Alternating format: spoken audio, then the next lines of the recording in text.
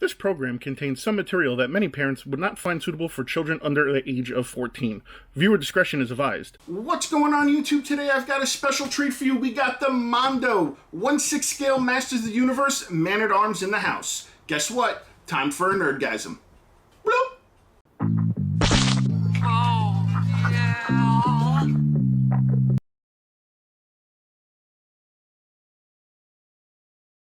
Alright guys, and welcome back. I hope everybody's having a fantastic day. So like I said, I have for you guys the 1/6 scale Mondo Masters of the Universe Man-at-Arms figure. This, again, is an awesome wave. If you guys saw, I've already done Skeletor, I've already done He-Man. Now we're getting through them. So this is the next one. So let's go ahead, let's take a quick look at the box art, and then we'll go ahead and we'll dive into the figure. So as you guys can see right here on the front, obviously it says Man-at-Arms Masters of the Universe. It's got that cool little art on the front. On the side it says 1/6 scale collection. Says it on the other side. On the top we've got the cool Masters of the Universe logo. Also on the back, or on the bottom, just a little bit of the product information. And then on the back we got this cool color art print of Man-at-Arms. And then also this opens up and it's got a window so you can see Man-at-Arms. It also has the Man-at-Arms logo in here, and it has some detail about the figure. So again, really cool. So yeah guys, let's go ahead and crack this puppy open.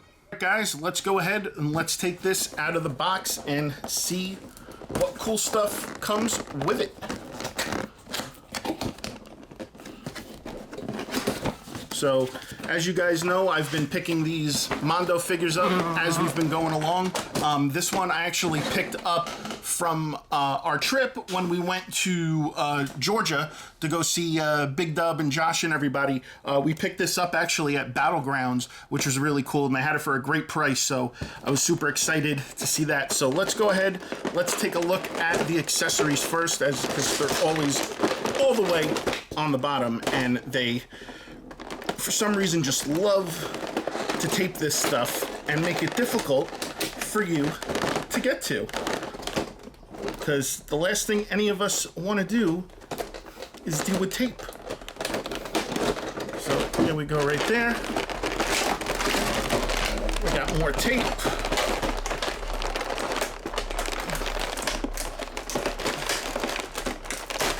There we go. Figure to the side. So here is a look at some of the accessories. So we got some really cool stuff right here out of the gate. I believe this is his like club or mallet, and let me see the detail on that so you guys can see all the weathering, the battle damage this thing's been to. It's got like a nice leather type strap on it, which is really cool. Again, the weathering on this is just fantastic.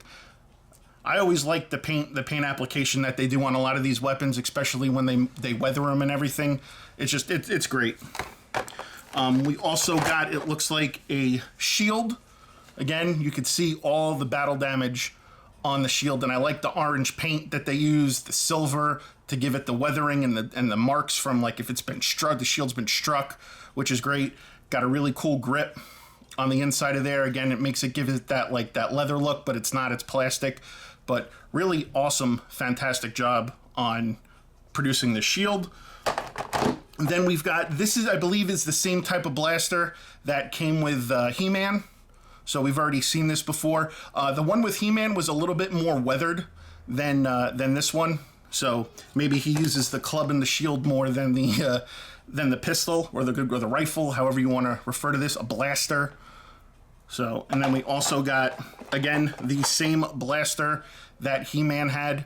So again, really cool detail on these. They're nice, really nice made with this, really nicely made. The plastic on this is really great. So I like this. Got a holster, which is cool, which, yeah, we didn't get that with He-Man. So this actually looks like it wraps around the leg, and you can put the pistol right in there if it wants to fit in there. Yeah, I guess that's how it goes. So there we go. And then we also got another sword. This is also the same type of sword that was similar to what He-Man had. Again, you could see like the chips in the blade from all the fighting and everything, and the weathering and the damage it's taking and everything. And then again, made the plastic, but it's made to look like it's wrapped with leather, the handle, which is really nice detail. And it looks like we've got some form of goggles or something that goes around his neck. I'll have to check that out and see where exactly this goes, but it's got a really cool like falcon eagle type painting on there, and again you guys could see all the weathering and everything. And then we got his goggles, which these goggles are really cool. I like the way these look. It's nice. They got some like metallic paint on the lenses, and they got the gold with the rivets around the eyes and everything, look, which really great. And I got this nice elastic strap on there, so it won't be too difficult to take on and take off, which is, again, another good thing, because, you know, we know as collectors and people who deal with figures, we know that sometimes these little pieces are super fragile, so we try our best not to manhandle it. So to have that elastic strap there is actually really nice. And we have just a regular generic base, which I'll leave that in there because I don't use the bases. So let's go ahead now and take a look at what actually comes with Man of Arms, with the hands and the helmets and everything. Guys, and here he is, Man at Arms. Let's go ahead and take a look at the hands first. So obviously we got sets of left and right hands. We've got one that is pointing. Let me go ahead and adjust that. So obviously you got a little bit of veining in there. You got the fingernail. So I mean, this is more to look like a glove than a hand than anything, but really good detail on that. We've got one of the hands that probably holds the sword or the gun. We've also got a closed fist. So every 6 scale figure always has to come with like a closed fist. That's like mandatory. So, and then we've got another hand, which is more of like a forward pointing hand, like, I don't know, maybe like a karate chop, like kia. So again, really cool. And you guys could see all the details and everything in the hand, the veins and the fingernails and the wrinkles around the knuckles and everything, which is great. Here is a blaster hand, if I can get this out. I know this one's a blaster hand for sure, because obviously you can see the finger there. It's more for like the trigger.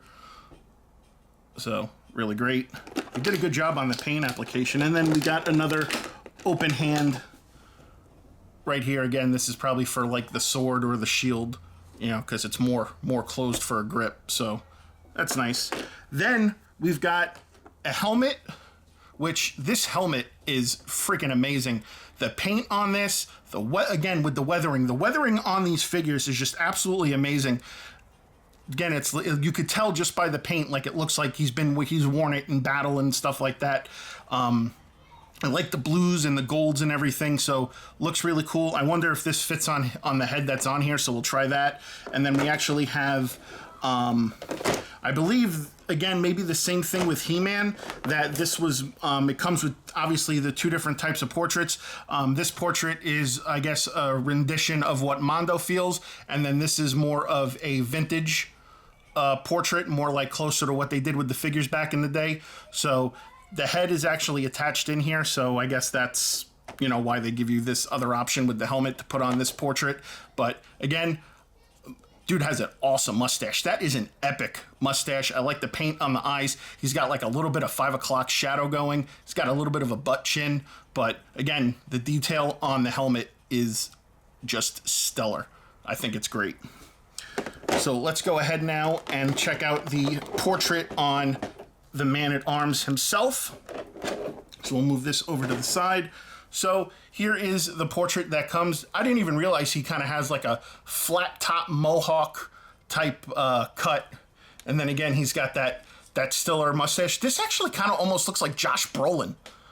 I don't know. What do you guys think?